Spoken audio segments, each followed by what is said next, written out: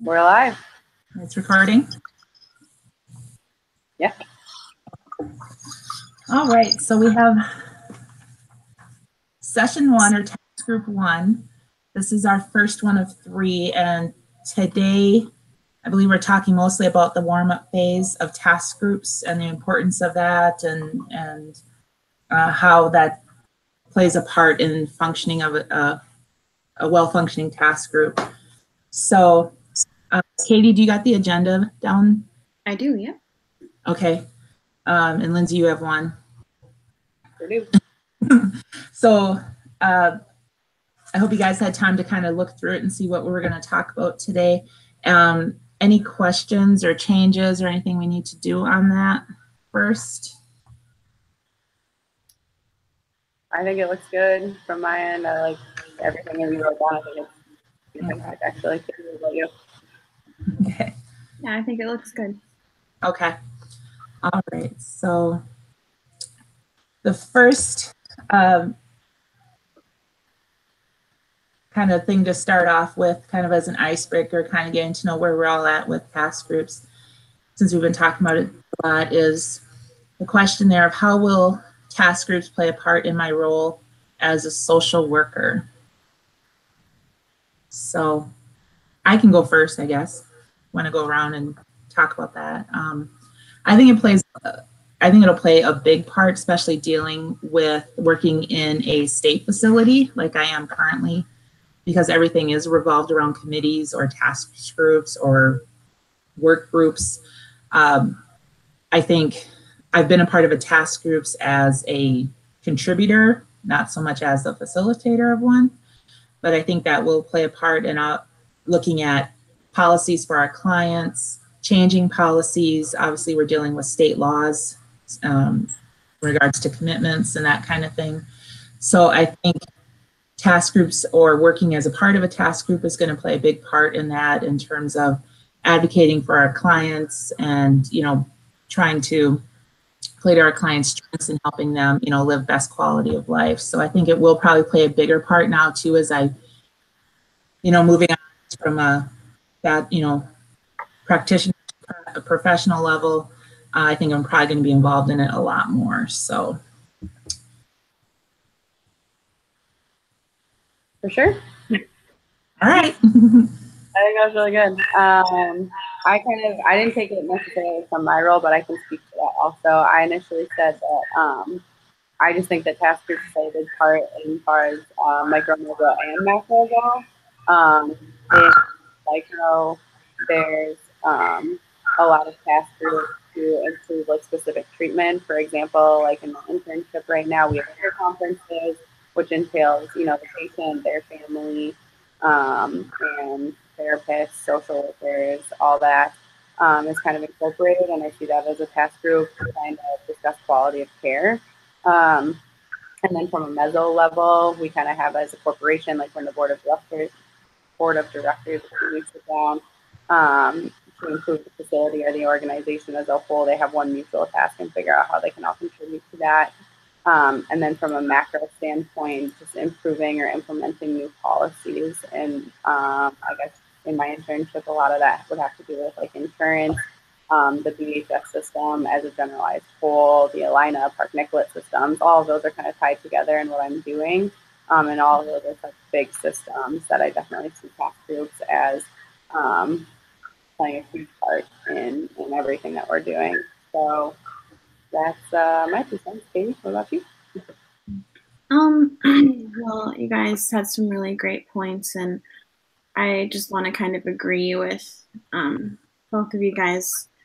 I think task groups are going to play a big part in my role as a social worker, kind of similar to what you were saying, Cindy. I've had a little bit of experience with task groups before, but my positions have never been on an administrative level, so I haven't been a super huge contributor to the task groups. So in my future career, if I ever end up, and especially in an administrative level, I think task groups are going to be really important, and I could end up facilitating as well, which I'm really excited to kind of get that experience. So I think it'll be important to kind of like what you said, just better the quality of our clients' lives and families and children, which is where I primarily work. So. Mm-hmm. All right. So we'll get into the action phase here. Spend the majority of our time talking about the warm-up phase and different components making up the warm-up phase. Look through the questions I got there. The first topic is kind of talking about what are process and content. I guess first we should kind of look at what they are and just kind of the definition. And I don't know what you guys from the readings, what did you take as the definition of what process and content were? So the process, I really focused on those questions at the process. I don't know what the word I'm looking for is. The process kind of focuses on the who am I with you, and who we are together, versus the content questions, which are more what do we have to do and what do we need to accomplish the goals of the group. And so I really like how that breaks it up as far as process is more like person focused is how I kind of view it, I guess, and content is more goal directed or what the focus is at hand. So yeah, what are your thoughts, Kate? Yeah, looking at the same questions as you're looking, I can kind of tell like process is just kind of how you and the group are doing as a whole and working together as a team, who you guys kind of are, just defining the process and the process that each person is going through individually kind of for the task group. And then the content is more what's the goal at the end of this and how are we going to achieve the goal. And so it's more of the action part, and the process is more of the internal group dynamic is what I kind of see through both of those things. Yeah. I guess I never thought of process and content as two separate things. And, when I first was looking at this, I can really, when the questions there, and I know Lindsay, you talked about the who am I with you, who are we together? I never thought about that. I guess I'd always jumped into the content part of things. But I liked how they separated out that the process is you have to get to know who you have there first before you can talk about how you're going to solve the problem or address the issue that the group is there to talk about. So I really liked how they separated the two and defined the two. And kind of goes into the next question there, or the first question underneath that is what role do they play in the warm-up phase of a task group? And kind of what I talked about, or from my own experience, is jumping automatically into content instead of looking at what are the strengths of the group members and what do they contribute, what's everybody's intentions in the group. Mine might be different than someone else's, or what I see as the end goal might be different than someone else. And sometimes we have to get to know, okay, what does everybody bring into the table first? And I know I'm guilty of always jumping right into the content. And I think that really can add a lot of discourse into the group because we're focusing on different things and there's no common goal or strategy of how to achieve whatever goal you're trying to get to. So I think they play an important part in that and making sure that you go in order to going from process to content. Because I know I'm guilty of doing it the other way too. I think it definitely slows the group down a little bit. Like you're saying, I think people have a tendency to just jump straight into the content, which unfortunately that's how the mind works. Is you want to just get stuff done. A lot of us are problem solvers. We want to do that. But I think taking that step back and slowing it down and talking about who am I and what am I going to bring to the table and what does that mean and what does that look like for you and I working together. I think that's where this comes in. Am I premature on this?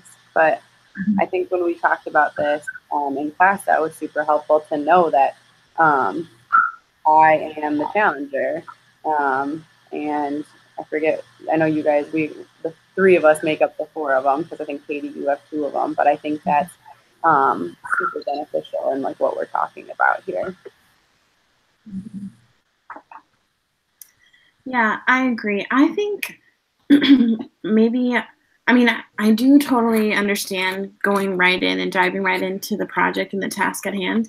But I guess maybe I'm really personally more of a relationship person. So I'm really one to kind of make sure the group is going okay. One of my 5 strengths is positivity. So kind of putting a positive vibe in the room before we kind of start diving in a little bit. And maybe that's just me, because everyone is different, and just I don't think necessarily you have to have more than one than the other. Just the balance is so important, kind of like what you guys were talking about.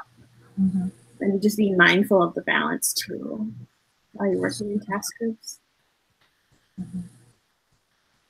Yeah, I think a lot of times, like speaking professionally, when I was working at the inpatient hospital, there was a lot of issues with people not really starting to understand like the client and really just wanting to jump into the situation. So we have a crisis instead of taking that step back and looking at, well, this particular patient is struggling and this is where their background is, this is this, this is that.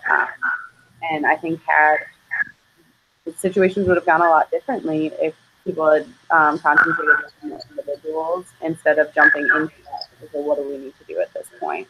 And not just this note, I guess, is a little bit different, but I think taking that perspective with each individual is going forward, no matter what kind of group you're looking at.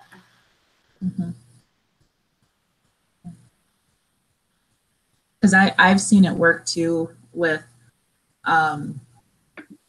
we're also focused on getting the solution that we kind of get stalemated and we kind of get stuck, because people draw a line in the sand, it seems like, and nobody wants to budge on that. And so I've seen it where the task groups, even like so early on, it just kind of falls apart because we haven't gotten to, Katie, when you talk about building the rapport and building some of that connectiveness and positivity, that never happens because everybody's kind of going in there with their own agenda. And it's sad, looking back on it, it's kind of like, wow, that really wasn't helpful, that we would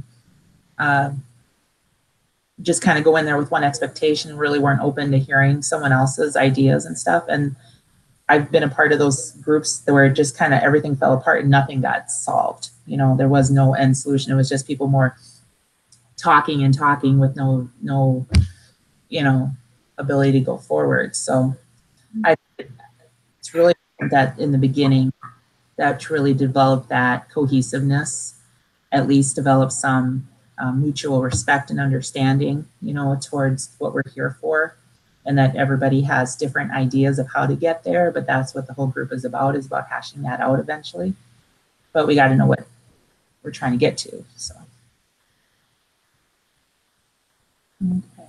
Did that lead into our second question? I think we kind of jumped into it, but why do you think it is important to address content, especially in the warm-up phase?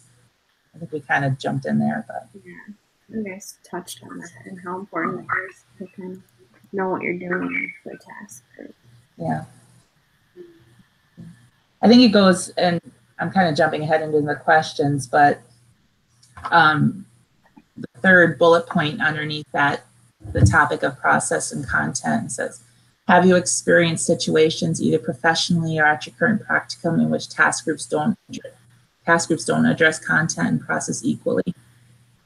And then observing outcomes on that.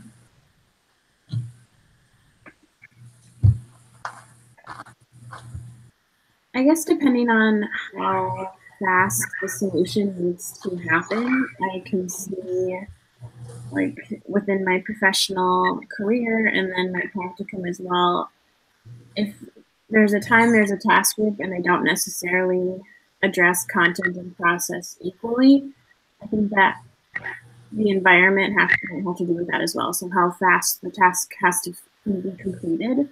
Because when I worked through an agency as a CTSS practitioner, having problem-solving groups like task groups, we had a little more time. Like we would usually set out a little more time to be able to complete the task group. Whereas in my current practicum at the school district, everything is so fast-paced and moving, and like, it's just like a checklist almost. There's almost no processing, kind of your own motions and what you're doing in the group. It's just, let's get this done really quick. So it's not always the goal, is what I've seen. Yeah, I think that definitely makes sense being in a school. Like what I was saying about the crisis mode thing, I think that's really difficult to start balancing that with content because we just don't have time. Right. For myself, like I was talking about care conferences, I think my site has it pretty well done where it's like we literally sit in a circle at the table, and there's, can you guys see me? Mm-hmm. Oh, okay. People sit in a circle at a table and say, I'm Abby, I'm an occupational therapist, this is what I do for you, and this is kind of how where we're at with our goals. And then I'm Heather, I'm the physical therapist, and then she goes through her, and I say I'm the social work intern, so I've been working on this case such and such and such, or I haven't just so much I'm here to learn, or I kind of introduce myself that way. The social worker that's the lead in the room kind of says that I'm going to be facilitating this, I've been handling your case from the get-go, and so everybody goes through and explains who they are, and then the patient is definitely different. I'm a patient, that's pretty much all they contribute, and then they say like, oh, and I'm John, I'm so-and-so's brother, or, whatever. And they describe their relationship and why they might be there, which I think is super helpful. And then we kind of go through each dynamic and where we're at in the goal process. And then everyone starts to make sure that they're on the same page as far as discharge, which is typically our end goal. And so that's what we start talking about is what is discharge going to be looking like? How much longer can the occupational therapist be billing and working with you? How much time does the physical therapist have in speech therapy and et cetera, whoever is kind of in the realm with that patient. And so I think that as far as care conferences go specifically, our facility has a really good grasp on what that looks like. I think people are typically happy leaving that, and I think that's the part of the collaboration and the interdiscipline work that Tinker does a really good job with. And so I have to say that's like one of the first things I noticed going into my internship was how effective that form is going. And I think if they had jumped in there and said, this is what we're here for, and no one introduces themselves, no one discusses their relationship to the patient, why they're there, it would be a lot less effective. And so I think, again, that's where that process and content balance comes in. So that's my personal situation with it at my internship. I think it's a really good thing. Where I am for my practicum, it's so small. I only have one person, really. I mean, I have the therapist, and her and I can communicate great together, but we're not really a part of like having a team and where you have different disciplines. We unfortunately, with it being such a small outpatient program, we don't get that. And it's kind of, her and I have talked about how you do feel real disconnected from the top program. We're under Leo Hoffman, but we're very disconnected from them in terms of that, in terms of like having that cohesiveness. You're just kind of brought in there at times. So, we don't really get to have that part there. But as you were talking, Lindsay, about like care conferences, I was thinking about at my job, how we tend to, in like our care conferences, they're called quarterlies there. That's the term they use. We're way more following process and content. We're dealing with a direct patient issue, like we're having that conference with the patient, with family, with the county, probate, whoever's involved, the court. We're way more into that. Okay, who are you? Why are you here? How do you work with so-and-so? And even the patients involved in that too, the clients involved in that. And those quarterlies or care conferences really flow a lot better. And I've noticed, hearing you talk about that, I'm like, wow, we do a way better job at having that process and content and warm up and action with our clients than we do with our staff meetings. Like our example of like, I've been on like curriculum planning for the entire hospital there. And it's a huge place. I mean, there's like 400 patients there. It's huge, and different programs. And they bring together all these disciplines, and it's how it really didn't work well at the time was, okay, everybody just come together. Well, there's so many different curriculums you can do with different clients. Clients all have different needs. Yes, they're all there for persistent mental illness, but that's a very broad term in terms of what the significance is. You know, some people are higher functioning, there's some people there who are lower functioning, more antisocial personality traits versus, you know, other mental health diagnosis. And we would come together, and because we weren't specific, or I think because it's a committee of like 20 to 30 people. It's so huge that we can never really come to a decision on anything. And I tend to think if we had broken that up smaller into maybe groups of 5 based on the programs within, we probably would have been able to develop more of that process and content, particularly if I'm working with as a substance abuse counselor, dealing with substance abuse curriculum. You know, I'm not dealing with recreational therapy stuff as much, or OT stuff, which, you know, I don't deal with a lot. But maybe if I was working with our social worker and psychologist in regards to substance use and doing those types of things, we probably could have developed or found better programs for our clients to use and to incorporate into the hospital. So I tend to think too, like the size of the group plays a big part. Like having 30 plus members is a lot, you know, versus 5 or 6 in a group or in a task group. So it was just interesting hearing you talk about that, Lindsay, about, you know, like our care conferences. I was thinking, wow, ours are way better with clients than they are with ourselves. You know, like we don't apply the same care to our groups versus what we apply for our clients. Yeah, that could be really problematic. But I see what you're saying. Like 30 people in a group is like an audience. Like that's not a group. No one can like get a word in edgewise. And like with how persistent and necessary the care is, people handle care a lot more seriously than they take for like themselves or the staff. And so that's unfortunate, but yeah, it's good at least that your quarterlies go well. Yeah. It's just interesting to see that where we don't carry that stuff over into other groups though. Our clients should be the focus. I mean, obviously the top priority, and we put so much care into that because we want things to improve for them and, you know, and help them with whatever they're wanting to, and, you know, change in their life. But sometimes those other task groups were involved play a part in that too, you know, like curriculum. Well, that's helping that client eventually, you know, at some point. We don't always put that kind of effort into developing those groups out as much as we do our actual client involved groups. So just something I was thinking of as you were talking here with that. Okay. So I think we got through like the bullet points under the process and content. Did anybody have anything else on those areas of process and content, or we can move on into the qualities and that kind of thing, so strengths? No, I think we kind of covered our bases as far as what process and content looks like. We need to do Okay. additional. Do you have anything else, Katie? You think you're good to go? No, I think I'm good to go on process and content. I think we covered it really well. Okay.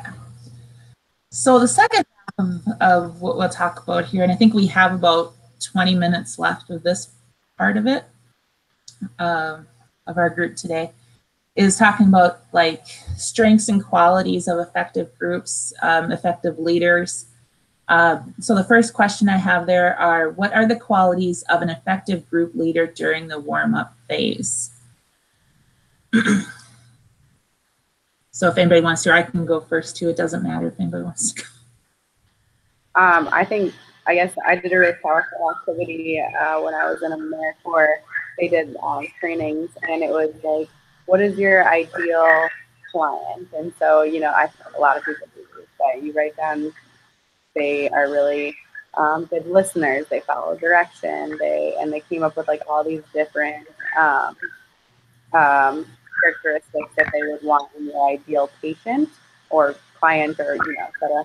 And then all of a sudden at the end of the training, they flipped it around and said, no, those are the qualities and characteristics that you would want to be in the helping profession as a leader in a task group, like things like that. So they touch base on how all these different qualities are actually what you're looking for in a leadership role.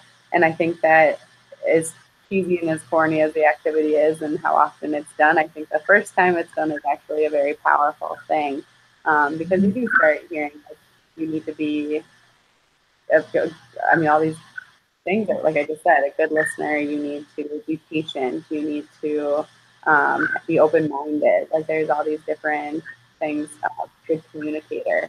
And so I think that's what portrays a good leader from, I don't know, I guess my perspective and from my experience. Mm-hmm.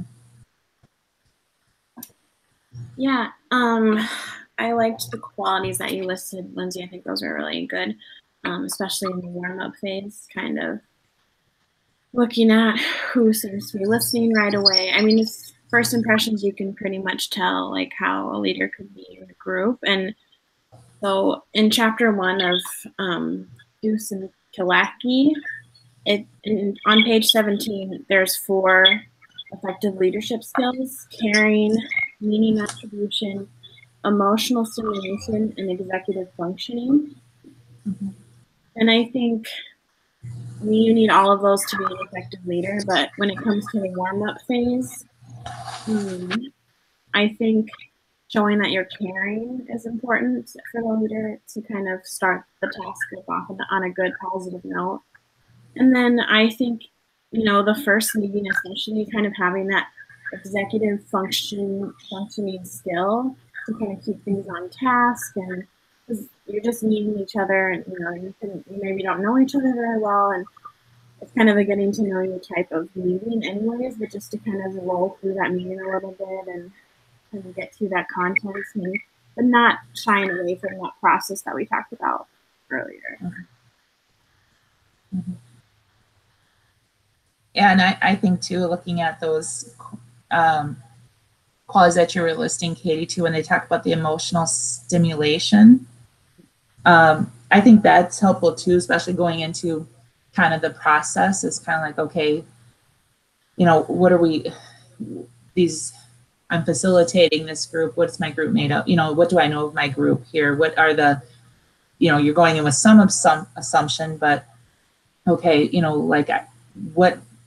like you were saying, first impressions, what do these people bring? What are they emotionally connected to? How do they respond? Do I have more extrovert types or more introvert? I think that's, as a leader going into, or as the facilitator of a group, you kind of have to be really attuned to your group and like more observant and just kind of see maybe in the beginning, instead of, maybe so jumping right in. But I think, you're talking about those 4 qualities. I think they all kind of link together a little bit too. Like, I think you need to have that emotional stimulation along with being caring too. I think they kind of link together and go hand in hand. So, but I also think with a group leader too, and this is kind of my A-brain coming out, but, having some organization, having some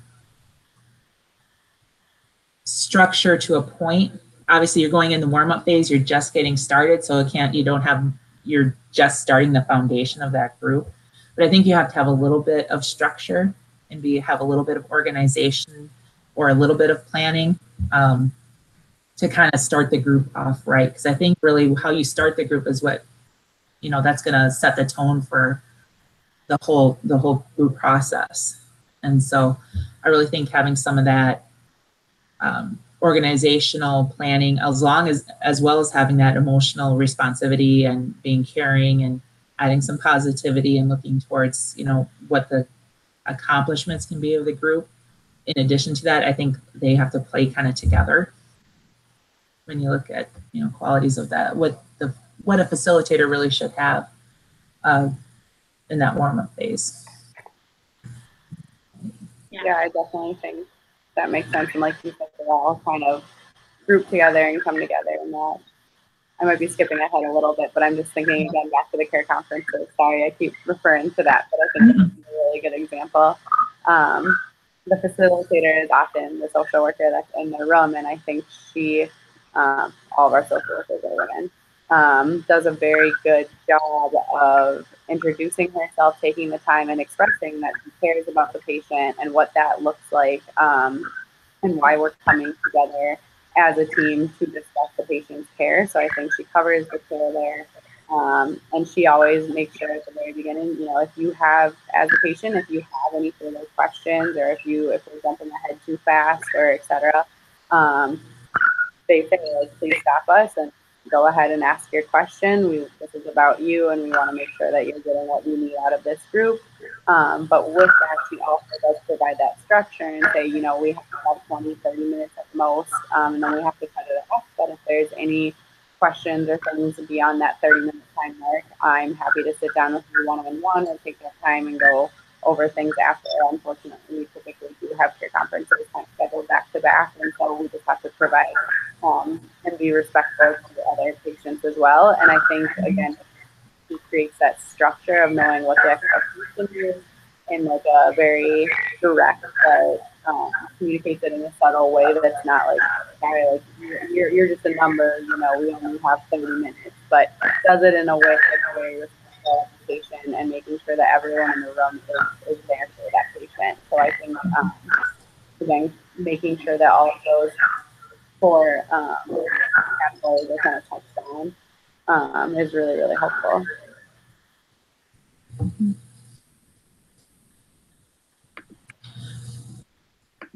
I think for groups that I've been a part of, thinking about qualities that those leaders had, is I think they had found a good balance between letting the group talk and then when to kind of jump in.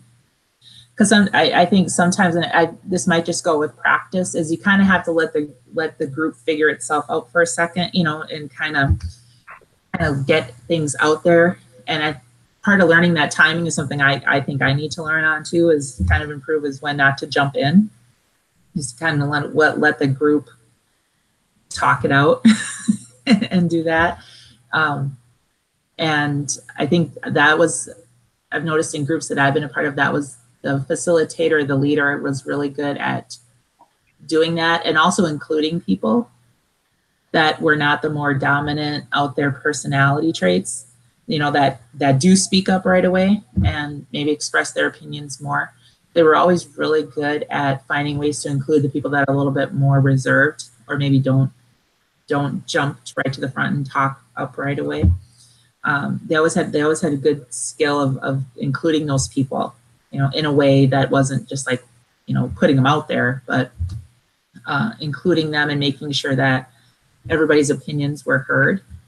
I've noticed that as like qualities I've really seen in effective group leaders. I think even what you're saying, I don't know if I would classify class as group, but I think there's definitely a few people that tend to talk more, myself being one of them, talk more frequently in class. And I think there's a lot of professors that do a really good job of including other people without necessarily putting somebody on the spot, and just if you have anything that you'd like to contribute versus like, what do you think as a whole? Like, it's a different question. And I think really good leaders recognize that there is a difference, like you're saying. So from someone that doesn't talk as much. It's on my side. So yeah, I liked that you said that, and I like that you pulled in the classes too, because just in general, whenever there are people who maybe tend to talk more or have those outgoing personalities, whether it be in a task group or, like you said, classes, or just your staff in general, just to have someone kind of guide the group along and make sure that everybody's included, and we all have opinions and we all have different ideas, and it's really important to get all of them to make sure that you're providing the best quality care for your clients and completing your task in the best way possible. Yeah, and to your point, I think that's the biggest concern, is like people that are more reserved and don't feel, they want to speak up or something. Sometimes they have the most important points or opinions and they don't share them unless they're invited. And I think that's, again, like a quality of like the leadership Right. role that is something that's able to draw that person out and to like hear out everybody in the group. So good point. So I think that goes in, I love the last question or discussion point I have there under the action phases.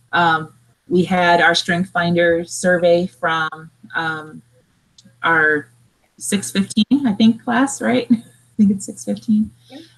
We did earlier, and we had the group or class a couple weeks ago. And we were given our top 5 strengths. And so looking at those strengths that we had discussed in class, how do you think strengths from that survey can contribute to being an effective task group leader? And I can go, you know, some of them I was pretty, they didn't surprise me. Like I had empathy, and I had restorative, so problem solving, and harmony, kind of with positivity. Katie, you were talking about getting positive. I think those kind of go together. Yeah. Creating harmony, positivity. I don't like conflict, surprising, being a drug counselor, I don't like conflict. But I think that consistency would play a big part. I think that could be really effective in terms of, you know, providing that kind of my A-brain, kind of that structure and that kind of, okay, this is a plan or a skeleton kind of a plan.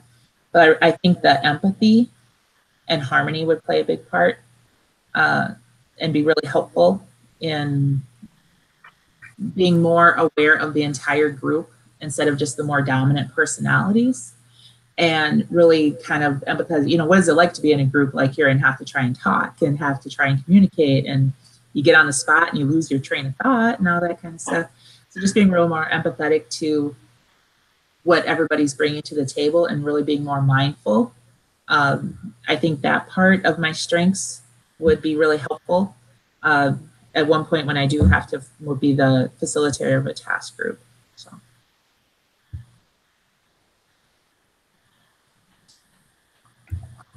All right, I'll go. I think that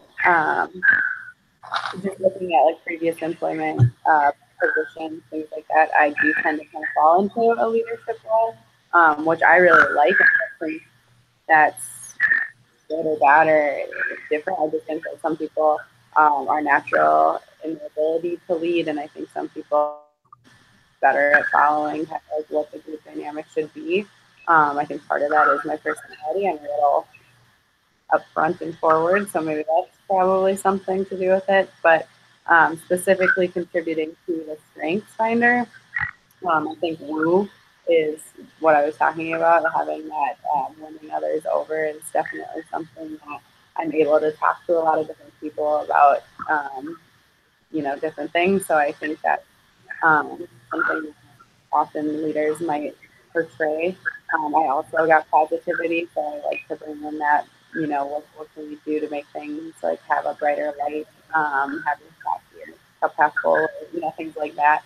And then I have Maximizer, which specifically it says that they seek to transform something strong into something superb. So I think often as a leader, as a member of a task group, your goal is to make something better than it already is. And so having that quality, I think definitely might pertain into the leadership thing also. And then my top two are actually input and learner, which I kind of categorize and walk together a little bit. I think I like to know more. I want to learn more information, and I'm open-minded as far as like the input that I'm getting, as far as the knowledge that I'm obtaining. And for the learner, I crave that learning. I want to know more about things, especially things that I find fascinating or that I'm passionate about. I definitely want to know all aspects of it and get everyone's opinion and everyone's insight onto whatever it is that we're talking about.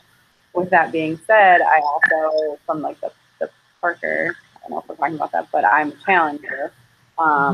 because I want to make sure that the things that I'm learning and the facts that I'm getting are in fact the correct facts, and that I am in fact getting the accurate people, and I will challenge people to be better than, and I have high expectations. So I think, I don't know, those are my five strengths, and I think that's kind of where I lie with that. Katie, what about you? Yeah, thanks for sharing. We have some similar ones, so it'll be maybe a little repeating for me.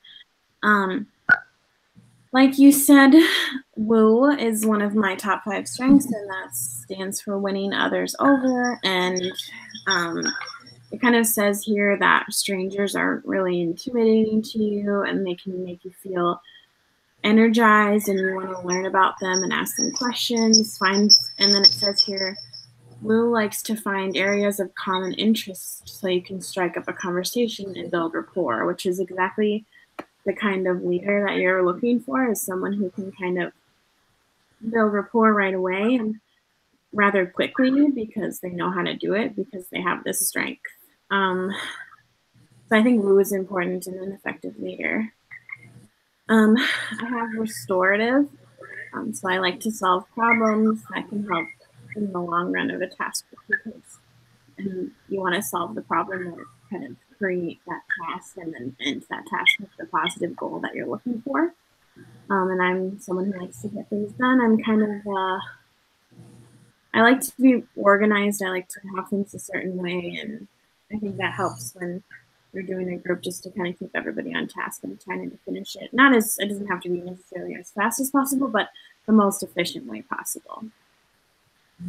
I have Relator, which is kind of the opposite of Woo, so it's kind of weird that I have both of them. But I kind of put them together. So Relator is kind of my attitude towards relationships, is really wanting to get to know people on a deeper level. I kind of pull people towards me, and I again, it says I don't shy away from meeting new people, and I get energized by knowing the deeper side of people. And so as a leader, to know your other group members at a deeper level, and to kind of know their own strengths, and then help bring it out in the task group, I think is super important, and that can create such an efficient leader. And I have positivity as well, just to kind of keep things positive within the group. Which I don't know if that necessarily means no conflict, because my personality is more confronting. So if there's an issue, I will confront the problem, not necessarily in a negative way. But, you were talking about harmony, Cindy, and positivity, and I do think those go hand in hand. But I don't know with my personality if I wouldn't shy away from conflict. Mm-hmm. And then my last strength is input, which you had also, Lindsay, and I was just talking about how I like to collect information. I like to collect things. I like to get all the information to make an informed decision, and that's really important as a leader as well. And something that was different, there was one other classmate that had this, but my strengths fell into all 4 of those categories, the 4 domains of a leadership, and those are strategic thinking, executing, influencing, and relationship building. And I think that just is a really well-rounded kind of leader. And you don't necessarily have to have all of those, like a category in all of those 4 domains, but I just happen to, and I think that's important to know where your domains lie and where your strengths are in the course of a leadership strength. Yeah, definitely. I think that is, like you said, it's a really well-rounded balance of things that make you up as like a whole, and it's really cool that those are your top 5. I know when we talk about systems that we don't want to be like strength envious, but I am a little bit about both of you having restore, because I think that is a really, really cool quality to have, especially as a leader. And as you were saying, you can you can not only restore and problem solve like what the task is trying to accomplish, but Katie, you specifically has been talking about you don't necessarily shy away from conflict, and with Restore, I think that's really helpful because in task groups, there's going to be a lot of different personalities. If you get a lot of strong personalities in one room, it's eventually going to clash. But I think as a leader, having that restoration ability between task group members is also a huge benefit and something that I think is really necessary. And like you said, with that input and getting all of the information, all of the facts, making a sound decision based on having all of that information, and then being able to restore that relationship between people would be huge as a leader. Yeah, I agree. Good job, Katie.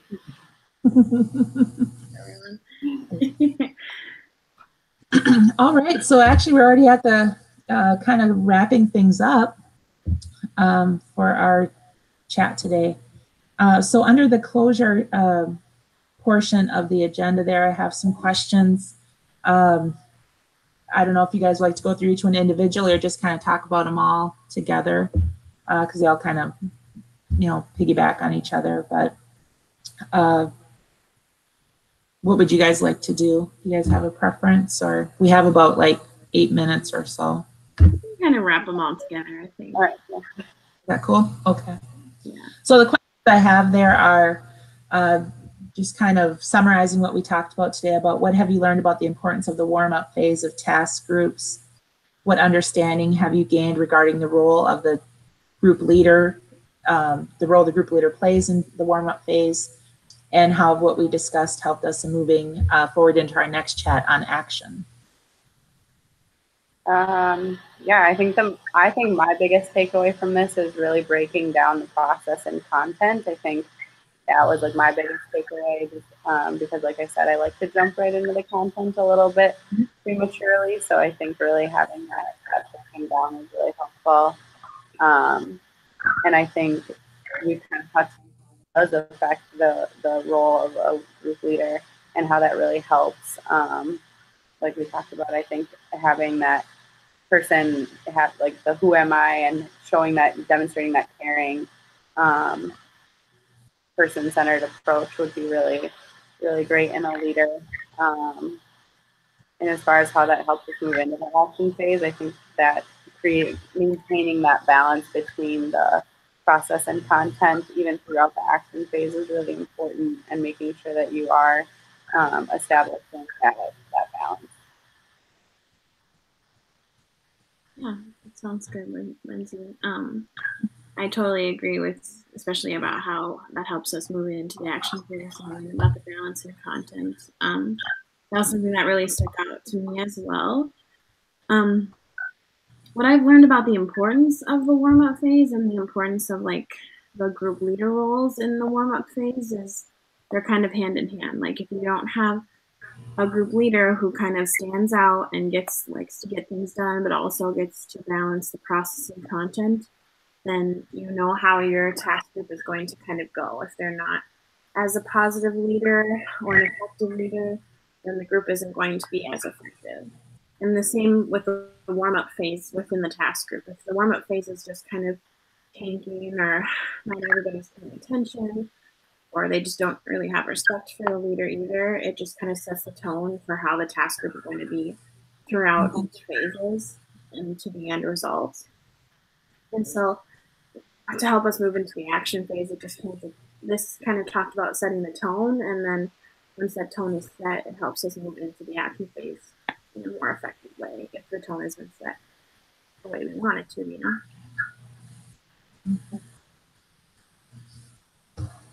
Yeah, so I guess I'm very similar to what you guys were talking about there, about how the warm-up phase really is about setting that foundation, and that you really can't function if that foundation hasn't been set pretty, securely and is strong.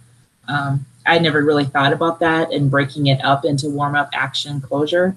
I never really have thought about task groups. I guess that's the first thing I've ever learned about it too. And I think the group leader really plays such an important part in really setting that tone. And like you were saying, Katie, with like setting, this is how we're coming out of the gate. This is how it's going to be. This is kind of the whole, I can't think of a word, but you know, this is going to be our purpose, and this is how we're all going to work together. And I think the group leader kind of has to play to a lot of different strengths. And I don't think you can utilize just one. And I think, you know, we always talk, you have more than just 5 strengths, you know, what's in your top, what's in your basement, and we're talking about, but it's kind of how you can utilize your strengths more across the board to really set that good tone, like you were saying, for the group and kind of start it off right. And I really think that plays a part into the action phase, kind of where I think more of getting things done with my being, you know, the contributor and the person that wants to execute and get things done. If you really haven't set that tone when we get into that part where it's a lot of the, you know, what is the content? What are we looking for? What are we trying to accomplish? How are we going to do it? The how. I think if we don't set set it off right there with the warm-up phase, it's going to be hard to really have a real productive group when you get into that action phase. Yeah. So, did anybody have anything else about kind of what we've talked about today with warm-up phase and task groups? No, I think you did a great job, Cindy. Thanks for facilitating this class. So I think, Lindsay, you're next. I'm next in 2 weeks. I think we're planning on getting together. So yeah, we'll discuss how that's going to look and take it from there. Yeah. Good. So we'll send out the agendas and all that, where that's going to be and everything. We'll talk more about that. But thanks, guys, for coming or logging in or whatever you want to call it. And I think things went really well and really talking about really what that warm-up phase is. I know it's helped me a lot because that's something I really haven't, you know, thought about much. So, so I look forward to, in a couple of weeks, we'll sit down, we'll talk about action phase, and Lindsay will facilitate that. Yeah, it's going to be exciting. All right. Thanks, guys. Bye, guys. Bye.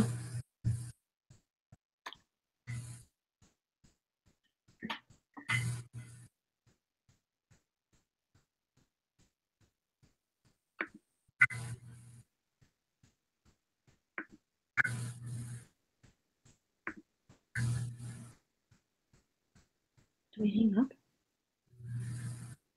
I'm going to. Goodbye.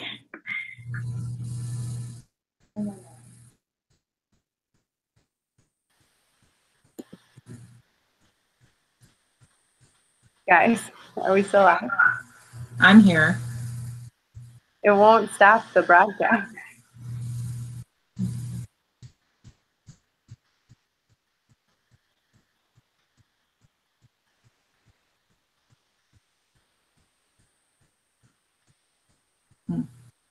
Maybe you can log out of it. I'm trying to stop it.